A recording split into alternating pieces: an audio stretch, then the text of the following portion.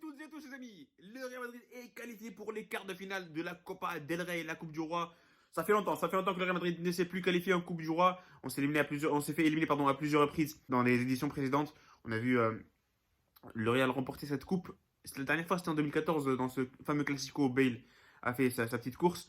Bref, le Real se qualifie les amis, on espère bien sûr avoir le trophée en fin de saison. Les autres qualifiés, on les a mis, on les a là juste devant moi. Là, il y a la Real Sociedad qui a éliminé l'Atlético Madrid, Betis qui a éliminé Séville, Valence qui a éliminé Baleares, Cadiz qui a éliminé Gijón, le Rayo Vallecano qui a éliminé Gérone et Mallorca qui a éliminé Espanyol. Le Real donc a éliminé aujourd'hui Elche 1-2. Et aussi, il y a le Barça qui joue actuellement, les amis, contre l'Athletic Bilbao. Ça fait un partout là, entre deux équipes à la mi-temps. Bon, nous, ce qui nous intéresse, les amis, c'est le débrief. Le débrief, donc Real Madrid Elche 1-2, plutôt 2-1 si vous voulez. But, ça a commencé par Gonzalo Verdú qui marque sur un coup franc dévié. Ensuite, les amis, l'égalisation de Isco, tout ça s'est passé en prolongation. L'égalisation d'Isco, un partout. Et enfin, le but d'Eden Hazard. Le but d'Eden Hazard, les amis. Eden Hazard qui sauve le Real Madrid. Eden Hazard décisif. Franchement, changement coaching gagnant d'Ancelotti, on peut le dire, qui a fait rentrer Isco et Eden Hazard. Et aussi Ceballos qui a fait une belle entrée. Le Real se qualifie, les amis, pour les quarts de finale. Je sais pas, le tirage sort, ça doit être demain. Je sais pas, franchement, j'en ai aucune idée. Mais voilà, le Real se qualifie. Le Real, je sais pas si on méritait la qualification, mais je pense que bon, le nul était correct au bout des 90 minutes. Après, celui qui était plus fort dans les prolongations allait l'emporter. Et le Real l'a emporté avec 10 joueurs en plus avec l'expulsion de Marcelo. Mais bon, la compo, les amis, la compo pour le Real Madrid dans ce match, avec Carlo Ancelotti, bien sûr, le 4-3-3, Lunin au goal à la place de Courtois qui a été laissé au repos. À droite, Lucas Vazquez. En charnière centrale, on avait Militao et Nacho cette fois-ci, pas Alaba et Nacho, pas Militao. À gauche, on avait Marcelo. Le milieu, on avait Toni Kroos, Camavinga et Fede Valverde à l'attaque, les amis. Jovic en pointe, Vinicius à gauche et notre ami Rodrigo à droite. En termes de contenu, le Real Madrid ne s'est pas créé énormément d'occasions en première mi-temps. J'ai trouvé le Real qui était un peu timide. En plus, la plus grosse occasion, elle était clairement du côté de Elche avec ce tir bizarre d'un des attaquants, j'ai plus le nom, qui est touché transversal bizarrement. Mais bon, le Real Madrid, à la première mi-temps, au bout de la première mi-temps, ne s'est pas créé de beaucoup d'occasions. C'est pas le Real Madrid qu'on veut voir.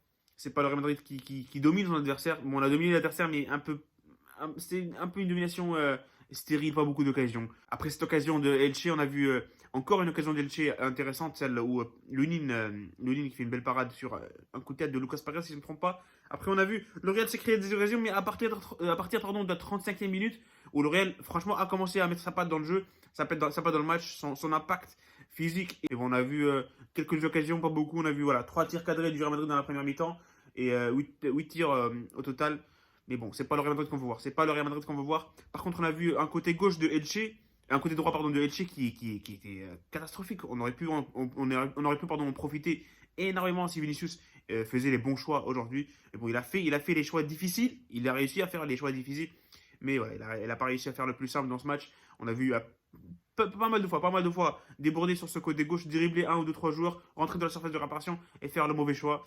Bon, c'est dommage. Après, c'est vrai qu'avec Benzema, ça aurait pu combiner un peu mieux, un peu plus. Avec Jovic, c'est pas un bon match de Jovic. C'est certainement pas un bon match de Jovic aujourd'hui. Mais bon, on peut rien y faire, les amis. Benzema a été laissé au repos. On avait que Jovic disponible en pointe. Voilà, ça c'est la première mi-temps. Les amis, pas beaucoup d'occasions de côté Real Madrid. Une mi-temps assez moyenne. Elche aurait pu marquer, mais bon, 0-0 en fin de compte. En deuxième mi-temps, on a vu presque la même chose. Pas beaucoup de choses en fait. Côté Real Madrid, voilà. En deuxième mi-temps, les amis, c'est vrai qu'on a dominé. 64% de possession, 2 tirs cadrés, 7 tirs au total, 0 tir pour Elche en deuxième mi-temps. Mais voilà, le Real ne s'est pas créé des occasions de ouf. On a vu le tir de Casemiro vers la 70e minute, mais pas grand-chose, franchement pas grand-chose qui montrait que le Real allait marquer. Ancelotti a fait les changements, il a fait rentrer Ceballos, Isco à la place de Jovic, ça c'était pas mal. Avec un Isco en faux numéro 9, ça a plutôt réussi. On a vu aussi Eden Hazard entrer en prolongation avec Ceballos. Mais voilà, j'aurais bien aimé voir Bale, franchement, j'aurais bien aimé voir Bale un tout petit peu avant. Mais à la place de Rodrigo et peut-être Hazard à la place de Vinicius, parce que Vinicius, il a fait son match, mais bon, c'était pas le vrai Vinicius qu'on connaît qui fait les bons choix aujourd'hui. Bon, c'est pas grave. Deuxième mi-temps aussi, moyenne du Real Madrid, la première prolongation. Ce petit carton rouge là qui, franchement, je pensais vraiment que le Real allait se faire éliminer après ce carton rouge. Je savais que Elche allait marquer parce que le scénario, les amis, le scénario n'est pas très intéressant, hein, le scénario, parce que le Real qui domine, c'était sûr, certain que Elche allait marquer au bout d'un moment. Voilà, ils ont marqué sur ce coup franc bizarre et carton rouge donc de Marcelo. La double sanction, mais bon, c'était inévitable, les amis. Le but de Isco qui redonne le moral pour le Real Madrid, le de l'espoir, le 1 partout. Avec peut-être, pourquoi pas, des pénaltys, peut-être un peu de chance. Mais bon, après, c'est Eden Hazard qui marque sur ce but avec un bel appel en profondeur. Et la passe de Alaba qui est parfaite. Hazard qui dribble le gardien, qui marque. Donc 2-1, Hazard qui est décisif, enfin qui est décisif pour le Real Madrid. Et qui qualifie le Real Madrid tout simplement. Un match moyen en grosso modo. Mais je pense que le Real, au final, le Real mérite sa victoire. Mérite sa victoire. On a vu un peu plus d'occasions du Real Madrid. Et le Real qui a dominé son adversaire. Mais bon. Les notes, les amis, donc Lunin, pour moi, il a fait un bon match. Il a fait un match solide. Je donnerai une note de 6,5 sur 10. Il a fait deux arrêts intéressants sur. Il y avait la parade là et le coup franc de numéro 2 de Elche. Mais bon, après il se prend ce but, dévié, il peut rien y faire pour moi. Donc voilà, 6,5 sur 10. Lucas Vasquez, franchement, j'ai pas aimé du tout au long du match, mais en prolongation, ça va, c'était plutôt pas mal. Je donnerais une note de 5,5 sur 10 parce que franchement, j'ai trouvé inutile dans ce match aujourd'hui. Il a rien apporté offensivement ni défensivement. Donc pour moi, c'est un 5,5 sur 10. Arrière gauche, Marcelo. Franchement, Marcelo, j'ai bien aimé. Même s'il fait la grossière erreur qui aurait pu coûter au Real Madrid un but en première mi-temps. Franchement, j'ai bien aimé tout au long du match. Offensivement, je l'ai bien aimé. C'est vrai que défensivement, ça reste Marcelo. C'est pas top, mais offensivement, j'ai bien aimé. Il a bien combiné avec Vinicius aujourd'hui. Et c'est dommage. C'est dommage qu'on n'ait pas profité de ses centres, même s'il n'a pas réussi tous ses centres. Mais bon, je donnerais une note de 6,5 sur 10. Il a fait un match correct. La charnière centrale, Alaba, Nacho. Alaba a fait la passe décisive quand même. La passe décisive pour le but. Même si dans le match, on aurait pu, en plus, ils font un petit truc bizarre à la 119e minute qui aurait pu ramener un but pour Elche. Mais bon, pour moi, la charnière, elle a été correcte aujourd'hui. Le but de Elche, il vient un peu sur. C'est un coup de chance. Voilà, c'est un coup de chance, c'est dévié. Mais bon. Pour moi, je donnerais une note de 6,5 sur 10 pour les deux. Le milieu, les amis, Kamavinga, j'ai bien aimé.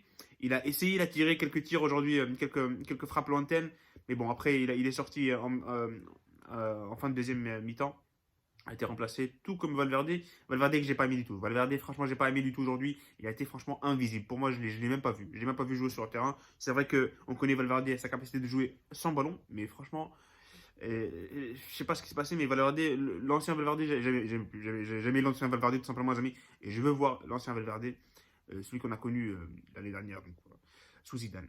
Valverde, je donnerais une note de 5 sur 10 et Kamavinga une note de 6,5 sur 10. Par contre, Kamavinga, les amis, j'aimerais qu'il arrête son agressivité, trop agressif, avec un arbitre qu'on connaît, je sais pas, un autre arbitre, ça aurait pu, je sais pas, finir en carton rouge peut-être, je sais pas moi.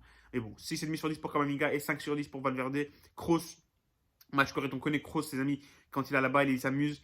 Mais bon, aujourd'hui, c'était un peu un match frustrant. Il a pris son carton jaune en plus vers la fin du match. C'est pas le match qu'on connaît de Toni Kroos. Je donnerais une note de 6,5 sur 10. Non, 6 sur 10. 6 sur 10 pour Kroos. Pas plus que ça. L'attaque, les amis, Benzema. Pardon, pourquoi je dis Benzema? Jovic. Donc, Jovic, pour moi, c'est un 4 sur 10. Pas plus. Franchement, il a tout raté aujourd'hui. En plus, il a eu une occasion, même si ça a été sifflé pour hors-jeu. C'est pas le bon Jovic qu'on veut voir. C'est pas le Jovic du match contre la Real Sociedad, le match contre l'Inter. Bref, Jovic, pour moi, c'est un 4 sur 10. C'était très insuffisant aujourd'hui. Il n'a pas réussi à combiner avec Vinicius et Rodrigo. Mais bon, on ne peut rien y faire, c'est un match sans, donc voilà, ça va passer, les amis, on va oublier tout ça. Pour moi, c'est un 5,4 sur 10. Rodrigo, les amis, franchement, c'est très décevant. Très décevant. Après sa finale du Super Coupe contre l'Athletic Bilbao, j'attendais vraiment un un Rodrigo qui allait se montrer. C'est très insuffisant. Il déborde un peu sur le côté droit, il fait des centres bizarres. En deuxième mi-temps, c'était un peu mieux, mais pas top. Pas top, pour moi, c'est un 5,5 sur 10 pour Rodrigo. Vinicius, pour moi, c'est un 6,5 sur 10. Bon, il a fait ce qu'il pouvait faire. Même s'il a multiplié les mauvais choix aujourd'hui, en plus, il a tiré 2 ou 3 fois. Tous ses tirs ont été dans dans les gants du gardien, pas de danger. Donc, pour moi, c'est un 6,5 sur 10, peut-être même un 6 sur 10. On attend plus de Vinicius. Les remplaçants, les amis, bon, si je me rappelle, il y avait Modric qui est rentré, Casemiro qui est rentré. Modric, bon, Casemiro, je ne vais pas leur donner une note. Je vais pas leur donner. Ils n'ont pas fait un truc de fou. Même s'ils ont donné un peu de fraîcheur au milieu de terrain, on va pas donner de note à Modric et Casemiro. Ils n'ont pas assez joué, à mon avis. Donc voilà, pour moi, 40 minutes, c'est pas suffisant. Même si Ceballos et Isco, je vais les noter parce que Isco, il joue pas toujours. Il a fait une belle entrée, même s'il fait n'importe quoi sur le premier but. Il rate la balle dans la surface du Real Madrid. Ça finit en contre pour Elche. Ça finit en carton rouge pour Marcelo. Bref, et but donc pour Elche. Pour moi, Isco, il marque le but de l'égalisation. Pour moi, c'est un 7 sur 10 malgré tout ça. Pour moi, il a fait une belle entrée. Ça a été beaucoup plus intéressant que Jovic en pointe. Et voilà, en faux numéro 9, ça peut réussir, pourquoi pas. Ça nous rappelle euh, les matchs sous Zidane. Donc voilà. On va voir ce que ça va donner Isco dans le futur. Ceballos, franchement, Ceballos pas mal. Pas mal qui est entré à la place de Kroos. Intéressant. Il a tiré, c'est lui qui tire le tir, donc qui ramène le premier but, où Isco dévie dans les cages du gardien. Et franchement, il a apporté un peu de fraîcheur dans le milieu de terrain qui était un peu fatigué. Et voilà, c'était pas mal du tout. Et donc, on va finir les amis par Eden Hazard, le sauveur. Même s'il vient de rentrer, pour moi, c'est le sauveur et je vais donner une bonne note. Une note de 7,5 sur 10. L'homme du match, Eden Hazard. Donc voilà, on va espérer que ça sera un petit boost, un coup de, je sais pas moi, le déclic d'Eden Hazard. On verra, les amis, ce que ça va donner dans le futur. Et voilà, tout simplement, les amis, c'était le débrief. Donc voilà, on va se retrouver très très bientôt pour un nouveau match du Real Madrid. Salut et profitez des vôtres.